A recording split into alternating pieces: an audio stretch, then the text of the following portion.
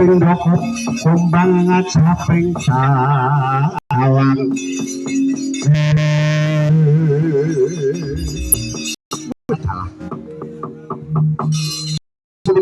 Jurune Taman Sempo Taman Jogripik mapane Kyai Banaji lah kok iki ana satriya bagus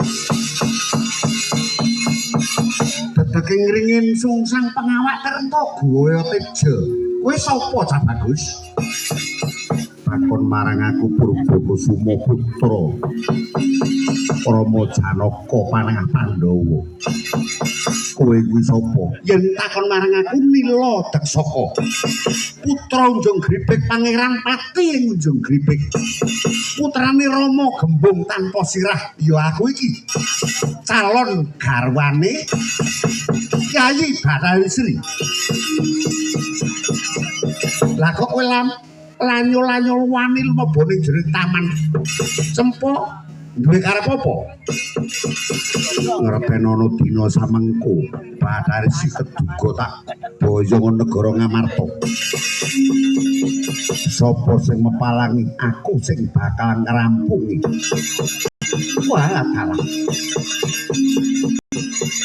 gendung kumalungkung sumbarmu kaya ngregem jimat parat ora keduga kok balekake aja tangan dosa remuk wanggamu kene marganing bilahi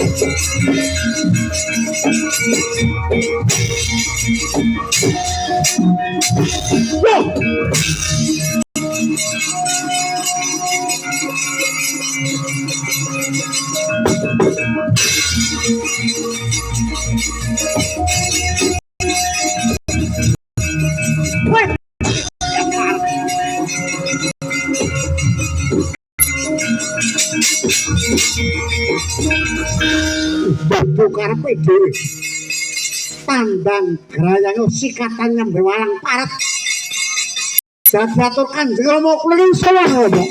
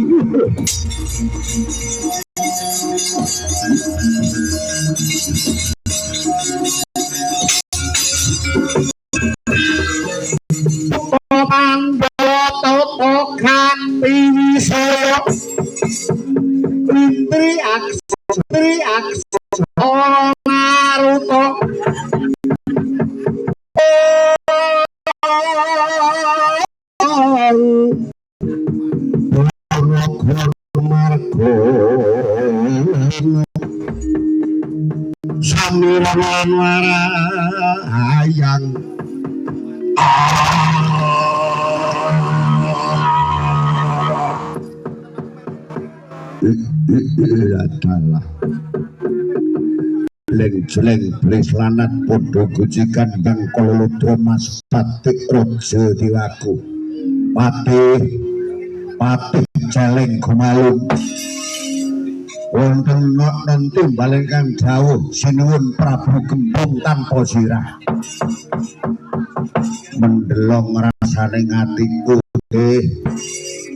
sebab menapa Rama sebabe anakku Nilodeg Saka gajah gelar bundan kang tanpa ratu gugu sakarepe dhewe bakal garwa marang Bathari Sri mongko Bathari Sri kuwi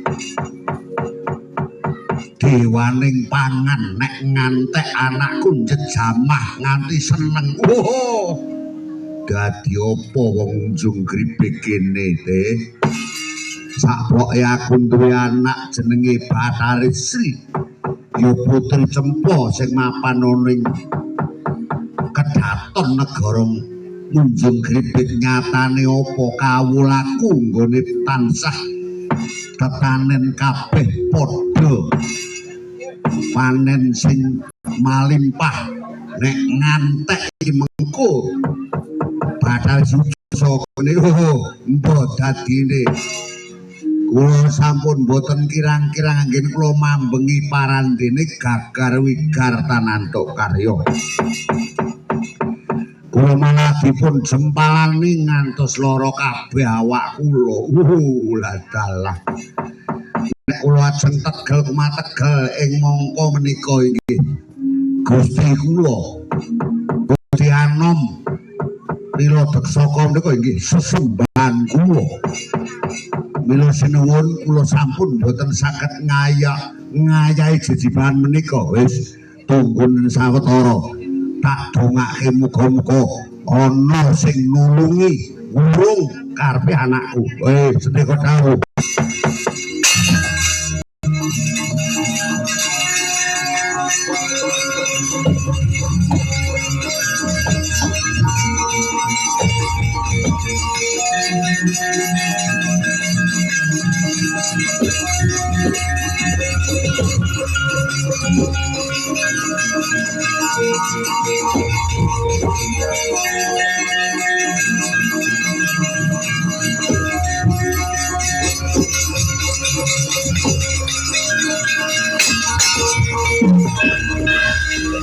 Kanjeng Rama kula ingkang sowan.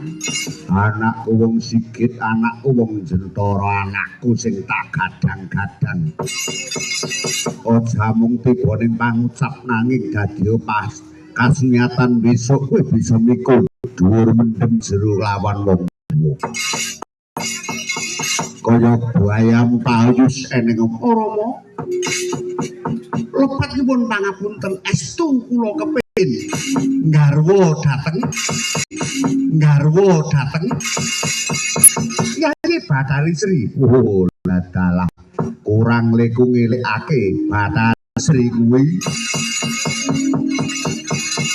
dewaning pangan yen ngantek kok rabi. Oh uncat saka ing lalatan Unjung Gripik dadi apa negara Unjung Gripik. Maya boten saged minangkani kadung kula dening pejah. Pareng nggih Rama. Ora. Ya apa ora ngake. Wong tuwa. Wong tuwa apa kuwi?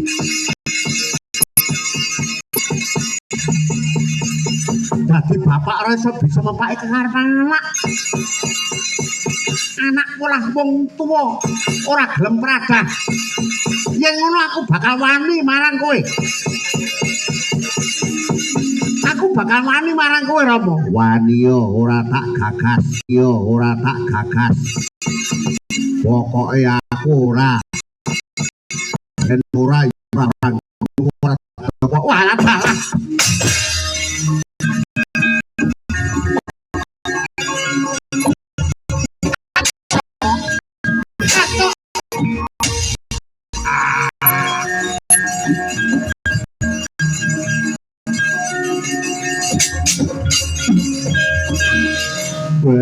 Anak wani karo wong tuwa.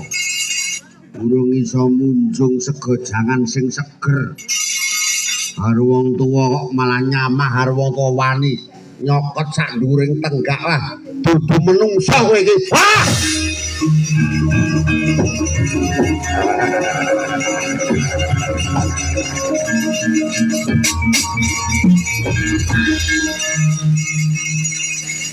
Lepat kula nyuwun pangapunten. Rasakno angger ora nggugu wong tuwa wujudmu ya kaya kuwi, kaya ula. Ulah dalah kula mangruwat. Kula mangruwat Rama, kula nyuwun ngapura. Lah kok sampeyan tegel. Mesake niki buntute utak-utik awet wau. Ora gelem nengok buntut aktif iki.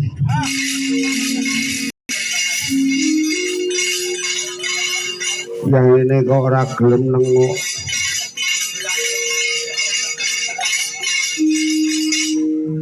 Kula kepareng badhe nderek Dewi Sri wonten negari Ngamarta. Nek kowe bakal melu-melu. Kowe tak jenengke Ula Sawa ya Ula Sawah. Ngendi papan ana kowe mesti parine bakal lemu. Bathari iki bakal kopen apa sing dadi uripe ana ing tanah Pesabinan. Nanging nek kowe pisan-pisan nganti seneng karo Bathari iki aja takut dosa tak diadekke werjit cacing. Nyuwun pamit Rama.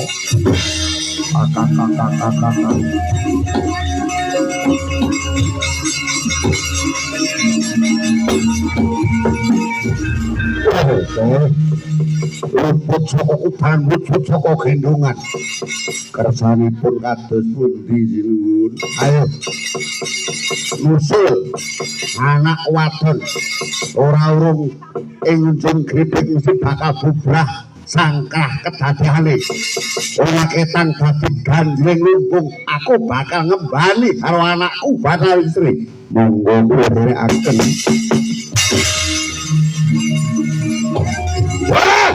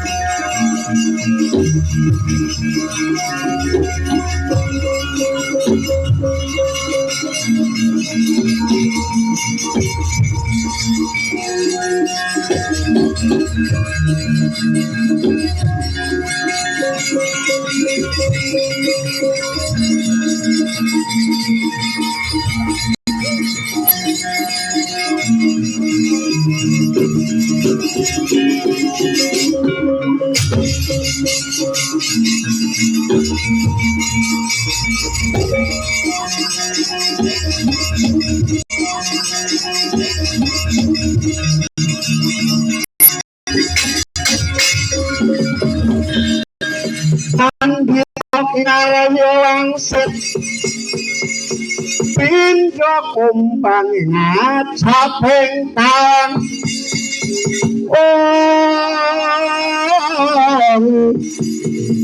sesangane pinggone yang kaleng kangkung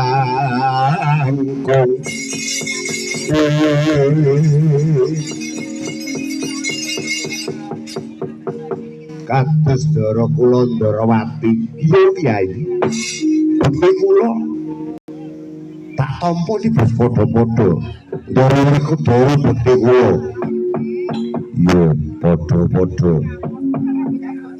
piye nggo nderekake putra Madukara Bambang Purbakusuma nggone bakal ngawau Sudarma marang adikku Janaka Kyai Janaka kepareng njaluk Bebono Tara Ruba kepanggih wujuding Dewi Sri. Semar niku nyambut gawe ora tau gagal. Mbah opahe akeh ya sukses. Opahe sithik saya sukses. Kelakon mergae napa? Jebule mapane wonten ing negara Jonggribik niku sing diratoni Prabu Gembung tanpa sirah. Purbakusuma sakniki pun mboyong badhe lumbu ning negara Ngamarta ning nggih niku. Welinging Dewi Sri nggih Bathari Sri urun manggen ing negari Ngamarta ning nggih niku kedah. Negari Ngamarta pulih kaya jaman biyen nglestarekake apa sing ditinggal dening para sesepuh pinesepuh sing wis sinanding awit jinempa ning angin biyen.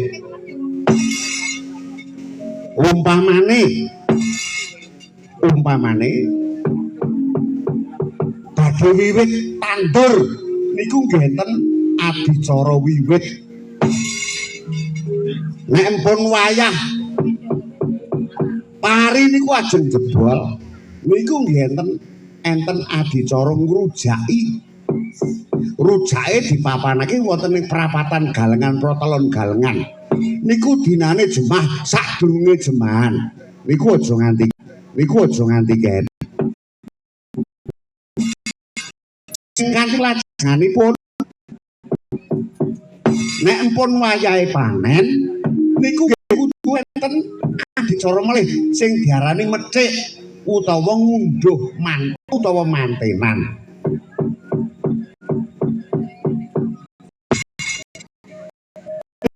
Mengke nek pun teko ngomah dipepe sing garing dipapanake wonten gedhong peteng lor kulon nek wong biyen ngarani senthong utawa gledhek.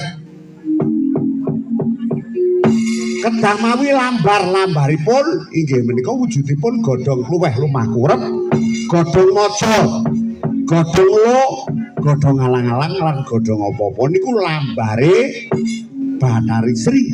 Wonten ing gedhong peteng lor kulon ngisor dhewe Klasa Pandan. Nah niku enten werdine sing bareng godhong luweh lumah kurep niku sing supaya luweh wong urip kudu jujur lumah ngurepe wong tani niku tetaning entuk sithik ditindakake sithik entuk akeh. Nggih kudu sing ati-ati mergo sing darani tani niku tetaning dituntut. Aja kok panen kok sawara jujuke ngomah terus entek. Apa iki? Lah kaya ngoten kok ajeng barokah kok ngendi. Lah niku nek pun garing ditumpu. Syarat iki mau. Sing darani gawe omah kurem niku wong urip kudu jujur, lumah lan kurepe kudu adil. Ling ngedum-ngedum mergo tani niku tetaning. Sing angka loro godhong maja. Godhong maja niku enten rine wong urip niku ora pojo-pojo. Sing bener mung siji sane Gusti sing gawe urip persasat ancik-ancik sak pucuke ngeri. Nek ngantek paribasane kejeglon setahun niku 10 tahun ora boleh, kejeglon sesasi setahun ora boleh. Niku nek wong urip teng desa ngoten niku. Uripe kudu ancik-ancik sak pucuke kudu ngati-ati tenan. Meleset tembunge seklimah nggih niku sing nyilakake uripe.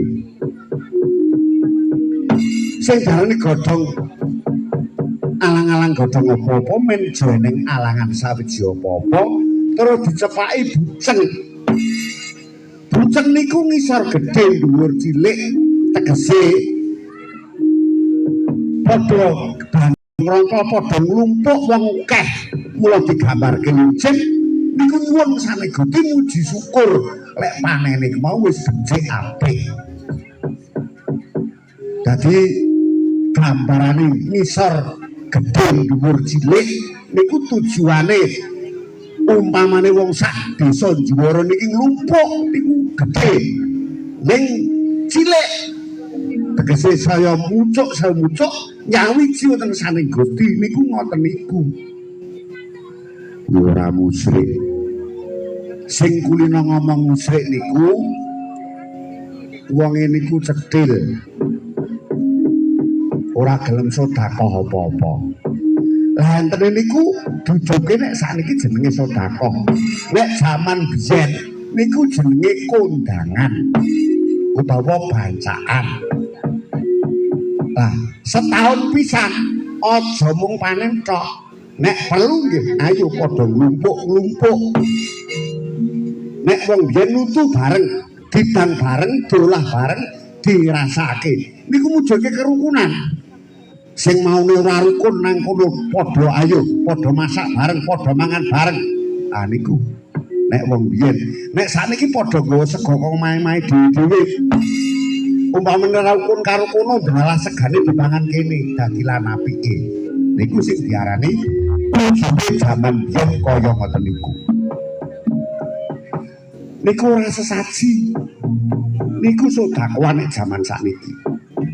Mergo biyen saderenge agama Islam teng alam donya teng tanah Jawa niki niku wong Jawa niku duwe panembah. Lah nyembah ora kayu watu, ora wujude patung. Sing disembah niku Sang Hyang. Mula biyen jenenge sembahyang. Niku nyembah Sang Hyang. Sang Hyang dumadi. Ngoten.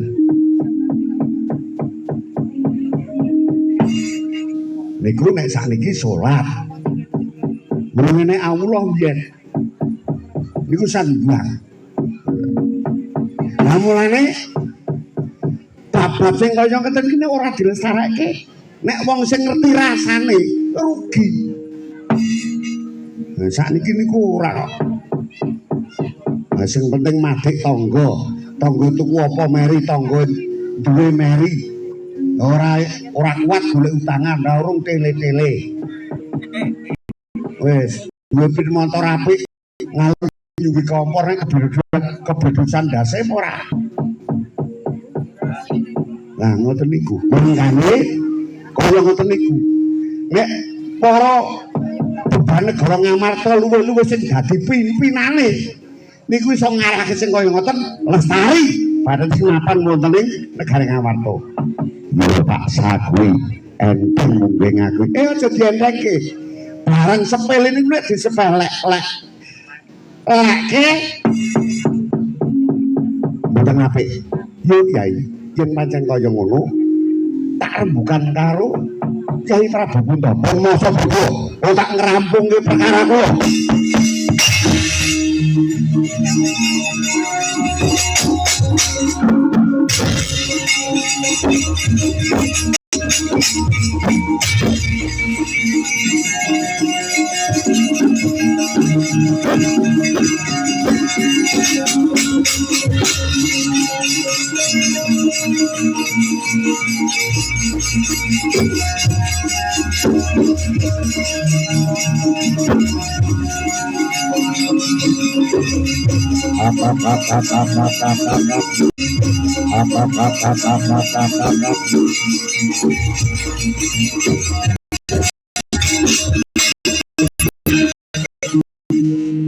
Iki sapa wujude loreng kuring kang namine Teksaka gandeng kula anak durhaka kuwi sedake wong tuwa kula dadi naga semen iki wis loreng dipunamekaken ula dumu inggih ula sawah. Apa karepmu kowe iso ngomong kok nemoni aku? Kula badhe nderekaken Bathari Sri wonten ing tanah Pesabinan. Terus kesagwamu badhe njaga meksa. Wujudipun ama tikus lan sak piturutipun mangke kula ingkang badhe nyingkiraken. Yen pancen kaya nenggih niku setahun pisan kula kedah dipun paringi sesaji. Merga sing kula encik niku bumi kedah dipun sedekahi lan kula kedah dipun bagehi. Ayo mangkat ning sawah. Jaganing Bathari Sri.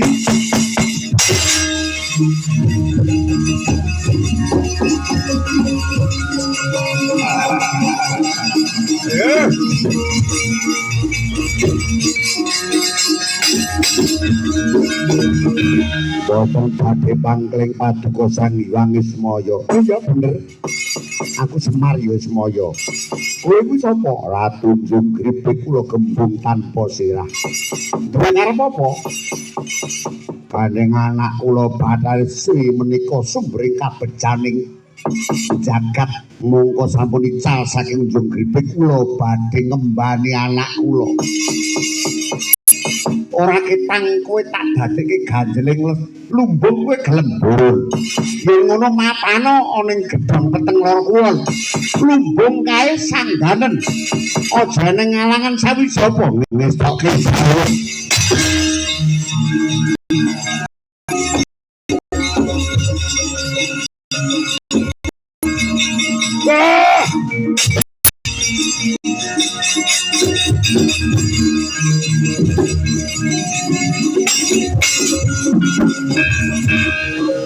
Sapa iki? Kula Celeng Gumalung. Pepate Junggripik. Karepmu? Kula nusur ratu Gusti kula. Kula tak gabung rombongan mriki entuk mboten. Entuk ning siki. Terus gak mau. Ora kaya jurakamu. Breh, ngono. Mboten napa-napa timbang kula ngeritke sapi ngantek bileng malah pangan PMK. Kowe gelem ngembani Bathari Sri. Inggih nika sing karepke. Aja mapan nang kene. Mapan kula ana ing tanah Pesabinan. Jaganen reksanen wujuding tandurane Bapak Among Tani. Sekadeng ngomong kabeh kudu iso semingkir saka tandurane Bapak Tani supaya joro-joro semua panen mati kasikal matumpo-tumpo. Waduh. Kula kan mapan teng sawah. Iya. Nggih. kula duwe penjaluk. Penjaluk apa? Saben bar panen kula kedah dikirim palawija sak piturutipun. Nek wong desa ngarani ngirim damen ngoten nika. Utawa resik ama. Lah niku sing ajeng resi kula merga mengke ajeng ditanduri melih. Kalih melih nek enten wong mangan teng sawah linggih galengan mongko panganane jeglok aja ngantek dijikuk meneh niku bagian kula. Mosok tahune glundung wis kebak bleduk kok dikumbah. Lah kula entuk napa? Iya. Mula nek wis lawe jeglok dadi ijuki meneh teka omah terus wetenge mules niku merga niku kula mboten ila merga niku bagian kula. Kalih melih-melih wong wedok-wedok nek nganti tandur aja ngantek nguyuh nang pejokan galengan. Nek ngantek tandur do nguyuh nang pejokan galengan, oh tak sedake abuh anu apa kuwi. Pokoke mekeh-mekeh.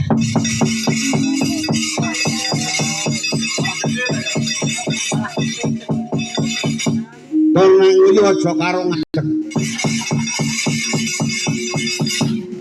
Merga kula niku pun tau ro kok anggere teng sawah niku kesel tandur mung mekekeh ngono tok. Nah wong wedok niku nek nguyuh karo ngadeg gampang duwe lara balung. Sikil niku gampang kemengne ra ngandel tekokno wong-wong niku.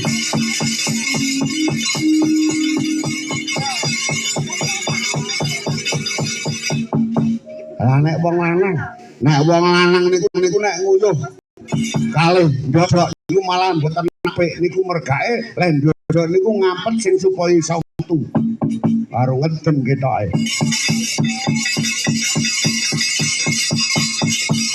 Tak sanggupi mangkat to.